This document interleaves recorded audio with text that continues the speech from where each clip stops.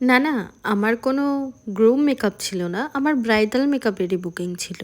আজকের দিনটি ছিল 3rd মার্চ। তো আমি ব্রাইডের লোকেশনে যাওয়ার পরে আমার গ্রুম বলে যে, "না, আমাকে একটুখানি হেয়ারটা এবং ফেসটাকে হালকা টাচ আপ করে দিতে হবে।" তো আমিও আর না করতে পারলাম না। তাই গ্রুমকেও একটু সাজিয়ে দিলাম। এটাও আমার লাইফে ফার্স্ট এক্সপেরিয়েন্স। আশা করছি নেক্সট টাইম থেকে আরও বেটার করব। তো আজকে ছিল রিমির রিসেপশন। তো চলো রিমির ফাইনাল লুকটা দেখি কেমন হলো। তো প্রথমেই আমি রিমিকে জিজ্ঞাসা করে নিয়েছিলাম যে ও কেমন মেকআপ চাই, শুনে নিই ওর মুখ থেকে। রিমি, হ্যালো। কালকের মেকআপটা কেমন ছিল, কেমন লেগেছে? ভালো লেগেছে, সবাই ভালো বলেওছে।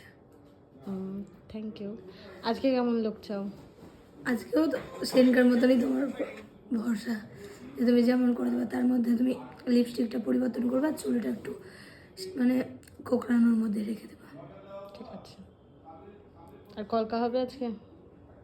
ঠিক আছে, টাটা।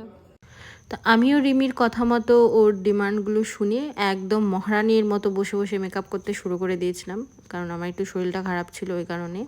আর ও প্রচণ্ড ক্লান্ত ছিল, সেই কারণে ও মেকআপ করতে করতেই ঘুমিয়ে গেছিলো। তা আমিও খুব একটা ডিস্টার্ব করিনি, ওর ঘুমন্ত অবস্থাতেই আমি মেকআপ করেছি।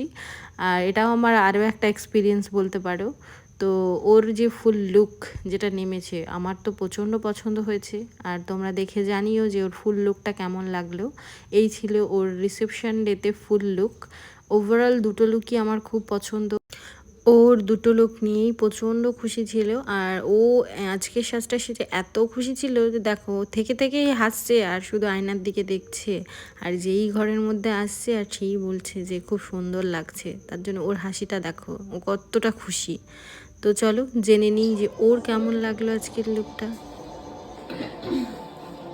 কেমন লাগলো মেকআপ? অনেক ভালো। ঠিক আছে।